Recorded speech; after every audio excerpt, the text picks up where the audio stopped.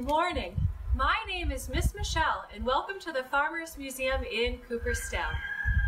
It has been a while since we checked in with one of our favorite farm animals, our friendly goats. Today, on this episode of Preschool Tuesday, we will spend a full day on the farm with our goats. So come join us for another fun day on the farm.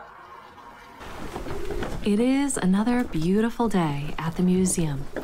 As we transition to March, we feel the first warm bursts of sweet spring air. We feel the sun growing stronger.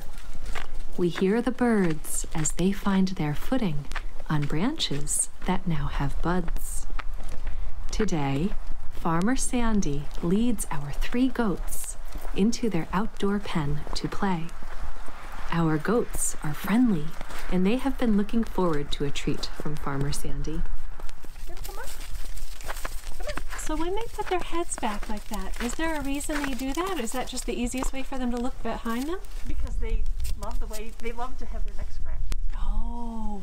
I think just because the air is changing, and maybe they're shedding out a little bit. Oh, okay. So they're itchy, they're scratching. Good morning to you guys, good morning.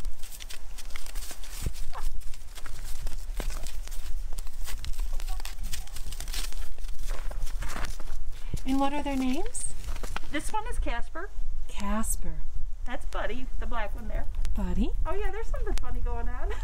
Oh, he found my keys. And that's Bandit, appropriately. Bandit, you can't escape. Come here, sweetie. I'll hold on to those. Casper, Buddy, and Bandit are Nigerian dwarf and pygmy goats. These special breeds were developed as companion goats, which means that they make good pets. Their mouths were gentle as they ate from my hand. When Buddy, the dark, dominant male, realizes that he cannot have the treat to himself, he leaves so that Casper and Bandit can enjoy the food. Casper, Buddy, and Bandit are all male goats. Male goats are called bucks or billies.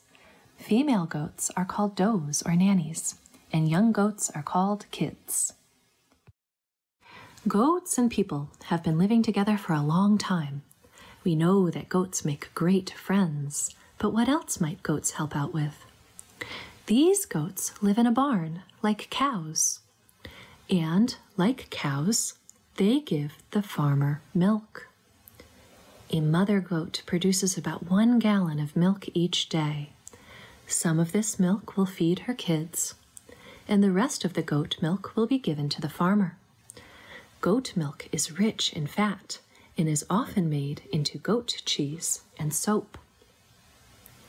Like cow's milk, goat milk is also good for drinking.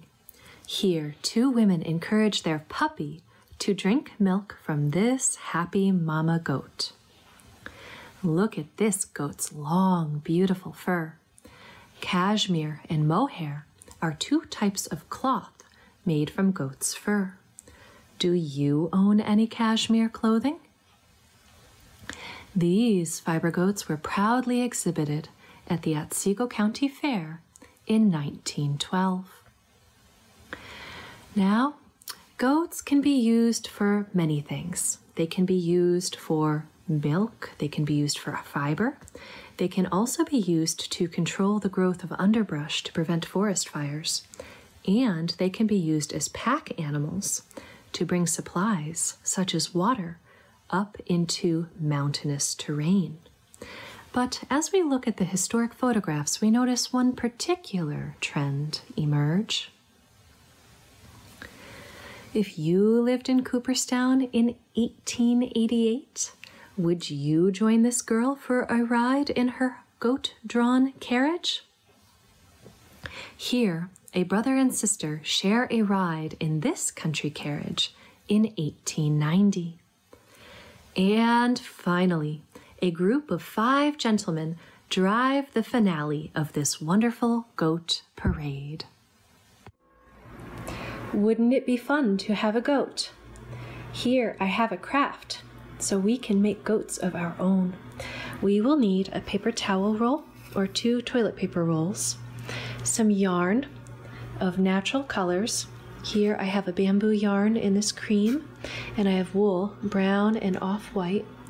We will need paint, eyeballs, and paintbrushes. So what we will do is we will paint our goat, and I think we can make 2 goats from this single paper towel roll. Then we will put hair on our goats, cashmere hair, and then we'll put eyes on him and make a little beard. Here is how we will make our goats. First, we take the paper towel roll, we flatten it, and then we draw the profile of one goat on one side. We draw the ear, the head, 2 legs, and a belly connecting the legs. When we cut this out, it will make an entire goat, so we only draw the profile. Now we cut our goat out.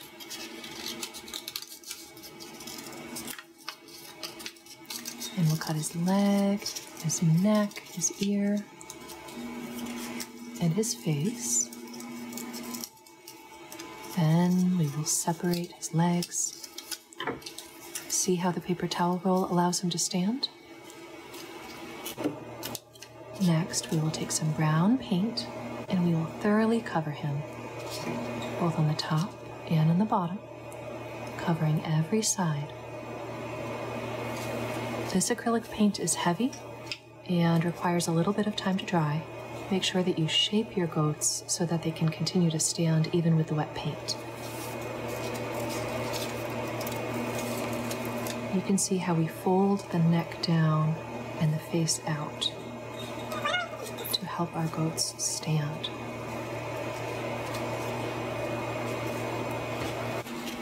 After they've dried, we cover the goats in Mod Podge glue. We take some of our yarn, we wind it around our hands. We might need help from a parent with this. We cut it in half, and now we have some beautiful cashmere goat fur that we can cover our goats with. We will cover one goat with the light cream-colored yarn, the bamboo yarn, and this can be Casper. The next goat can be Buddy, covered with the darker color brown wool.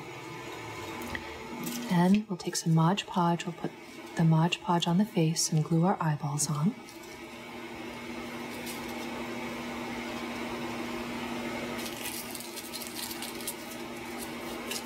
And then finally, I will cut a little bit of the paper bag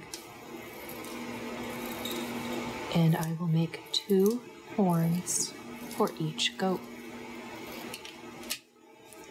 And again, we'll use some glue on those horns and affix those horns to the goats.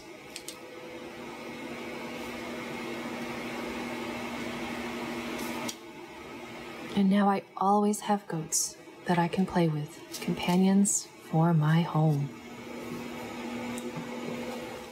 Here they are with their beards, Casper and Buddy. We know goats can be friendly pets, but sometimes they are also stubborn. Here is a story about 3 stubborn goats. This story is a Norse fairy tale, and it is called Johnny and the 3 Goats. And this story can be found in the My Book House collection, Volume 3, edited by Olive Miller. Now you shall hear. Once there was a boy named Johnny. And here is Johnny right here. And Johnny had 3 goats. All day long, those goats leaped and skipped and climbed way up on top of a hill. But every night Johnny went to fetch them and drove them home. One evening, the frisky things leaped out of the road, over a fence and into a turnip field. And try as he would, Johnny could not get them to come home again. There they were, and there they stayed. Then the boy sat down on the hillside and he cried. He cried and he cried and he cried. and at last a little hare came along. "Why do you cry?" asked the hare. "I cry because I can't get the goats out of the turnip field," answered Johnny. "I'll get the goats out of the turnip field," the hare replied. So he tried and he tried, but the goats would not come. Then the hare sat down beside Johnny, and the hare began to cry too. Along came a fox. "Why do you cry?" asked the fox. "I cry because the boy cries," said the hare. "And the boy cries because he cannot get the goats out of the turnip field." "I'll get the goats out of the turnip field," said the fox. So the fox tried and he tried and he tried. "Come on, goats." But the goats would not come. Then the fox sat down beside Johnny and beside the hare, and he began to cry too. Pretty soon, along came a wolf. "I'll get the goats out of the turnip field," the wolf said. So he tried and he tried, and he tried and he tried and he tried and he tried, but the goats would not leave the field. "Come on, goats. Come on, goats." So the wolf sat down beside the fox, and beside Johnny, and beside the hare, and he began to cry too. After a little while, a bee flew over the hill.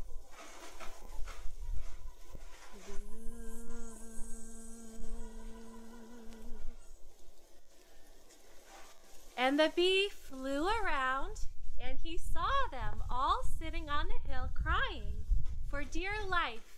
"Boo-hoo, boo-hoo, boo-hoo." "Why do you cry?" asked the bee to the wolf. "I cry because the fox cries," said the wolf. "And the fox cries because the hare cries. And the hare cries because the boy cries. And the boy cries because he cannot get the goats out of the turnip field." Then the great big wolf, the great big fox, the hare, and the boy all stopped boo-hooing for one moment to poke fun at that tiny little bumblebee. "You get the goats out of the turnip field? Ha ha ha, what a joke, ha ha ha." But that tiny little bee flew away into the turnip field and lit in one of the ears of the goats. And all he did was say,